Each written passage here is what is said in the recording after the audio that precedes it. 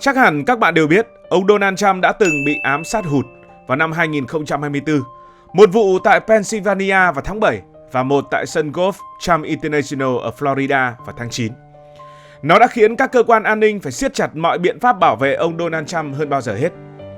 Và bây giờ, khi ông đã quay trở lại với nhiệm kỳ tiếp theo làm tổng thống, thì cách mà ông Trump được bảo vệ càng khiến người ta phải tò mò.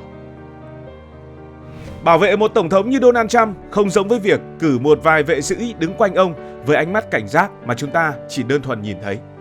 Thay vào đó, đây là một hệ thống nhiều lớp được thiết kế tỉ mỉ để ngăn chặn mọi mối đe dọa từ xa đến gần, giống như một vòng tròn đồng tâm trong một pháo đài thép kiên cố. Mỗi lớp có vai trò riêng, hoạt động như một mạng lưới chặt chẽ, không để lọt bất kỳ một kẽ hở nào.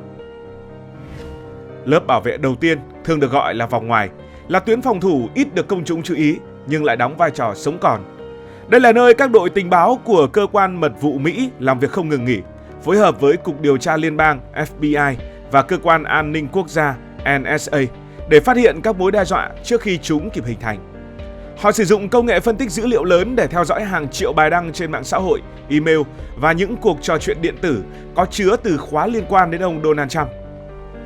Lúc này, các chuyên gia đang ngồi trong những căn phòng tối, mắt dán vào màn hình, phân tích từng dòng mã để tìm ra những dấu hiệu bất thường.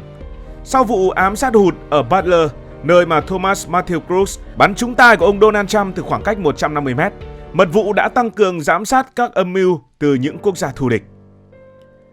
NSA từng phát hiện hàng trăm tin nhắn mã hóa từ các nhóm cực đoan chỉ vài giờ trước một sự kiện của ông Trump tại Ohio.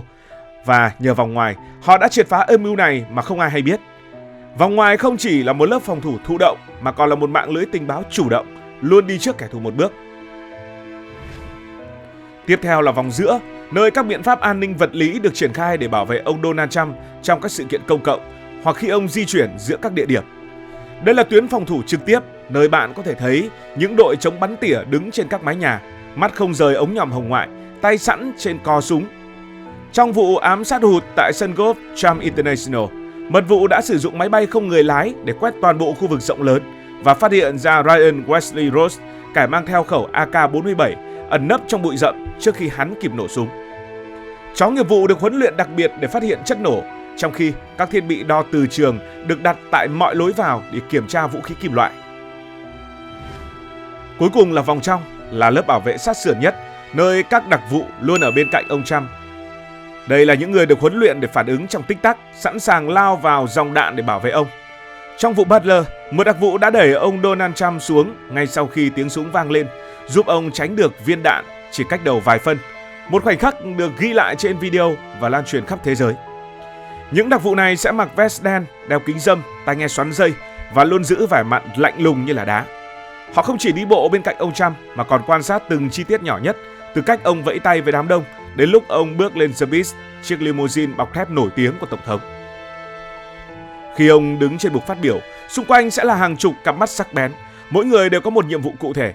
Người thì quan sát đám đông, người thì kiểm tra lối thoát hiểm, người thì giữ liên lạc với đội drone ở trên không.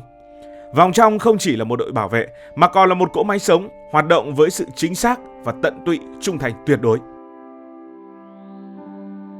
Nhưng hệ thống an ninh của ông Donald Trump không thể vận hành trơn tru nếu thiếu sự phối hợp chặt chẽ giữa nhiều lực lượng khác nhau, từ các cơ quan liên bang đến các đội địa phương. Cơ quan mật vụ Mỹ là xương sống của mọi hoạt động bảo vệ, với tổng cộng khoảng 8.000 nhân viên trên toàn quốc, trong đó gần 3.700 người làm việc trong hoạt động bảo vệ. Tuy nhiên với ông Trump, số lượng đặc vụ được phân bổ trực tiếp cho ông vượt xa con số thông thường dành cho một tổng thống. Sau các vụ ám sát hụt, ước tính có khoảng 100 cho đến 150 đặc vụ thường túc trực bên quanh ông, chưa kể các đội bổ sung có mặt trong những dịp đặc biệt hay những chuyến công du quốc tế.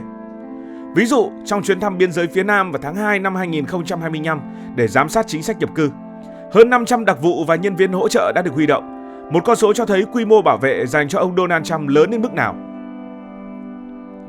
FBI cũng đóng vai trò không thể thiếu trong việc điều tra và ngăn chặn những mối đe dọa cụ thể. Một báo cáo gần đây cho thấy họ đã chặn được hàng loạt tín hiệu liên lạc từ các nhóm ở Trung Đông nhắm vào ông Donald Trump ngay sau khi ông nhậm chức, chứng minh cho vai trò quan trọng của họ trong vòng ngoài. Các lực lượng địa phương cũng được huy động để tăng cường an ninh tại các khu vực mà ông Donald Trump xuất hiện. Thậm chí, trong những lần ông Donald Trump chơi golf, lực lượng bảo vệ bờ biển còn được huy động để tuần tra vùng nước gần sân golf, phòng ngừa các mối đe dọa từ biển, một kịch bản hiếm nhưng không thể loại trừ. Ngoài ra, các đơn vị đặc biệt cũng góp phần làm nên sự khác biệt trong hệ thống an ninh của ông Donald Trump. Đội chống tấn công của mật vụ được trang bị vũ khí hạng nặng như súng máy và áo giáp chống đạn, luôn sẵn sàng đối phó với các cuộc tấn công nguy hiểm với quy mô lớn. Thế nên, để bảo vệ ông Trump, số lượng nhân sự tham gia là một con số khiến bất kỳ ai cũng phải kinh ngạc. Như đã nói, trong những ngày bình thường sẽ có khoảng 100 cho đến 150 đặc vụ thường trực và luôn có mặt quanh ông, từ những người đi bộ bên cạnh đến những đội giám sát từ xa. Trong những sự kiện lớn như những chuyến thăm đến những khu vực đặc biệt, con số này có thể lên đến 500-700 người, bao gồm cả đặc vụ, kỹ thuật viên và nhân viên hậu cần. Và chi phí cho việc bảo vệ ông Donald Trump cũng là một chủ đề gây tranh cãi lớn. Ngân sách của mật vụ cho năm tài khóa 2024 là 3,1 tỷ đô la Mỹ, trong đó hơn 1 tỷ đô được phân bổ cho các hoạt động bảo vệ nhân vật và cơ sở. Tuy vậy, khi ông Trump quay trở lại Nhà Trắng, chi phí thực tế sẽ vượt xa con số này. Trong nhiệm kỳ đầu của ông, việc bảo vệ ông đã tiêu tốn hơn 100 triệu đô la Mỹ mỗi năm do ông thường xuyên di chuyển giữa Nhà Trắng, tháp Trump ở New York và Mar-a-Lago ở Florida. Một báo cáo từ năm 2019 cho biết mỗi chuyến đi của ông Donald Trump đến Mar-a-Lago tiêu tốn khoảng 3,4 triệu đô, chủ yếu do chi phí vận hành Air Force One, đội xe hộ tống và nhân sự bổ sung. Trong nhiệm kỳ thứ hai, với mối đe dọa gia tăng và công nghệ mới được triển khai, chi phí bảo vệ ông có thể lên tới 150 rồi 200 triệu đô la Mỹ mỗi năm. Một con số khổng lồ nhưng được chính phủ xem là cần thiết để bảo vệ người đứng đầu quốc gia. Hãy thử tính toán một chút, chiếc The Beast, chiếc limousine bọc thép của ông Donald Trump có giá khoảng 1,5 triệu đô mỗi chiếc.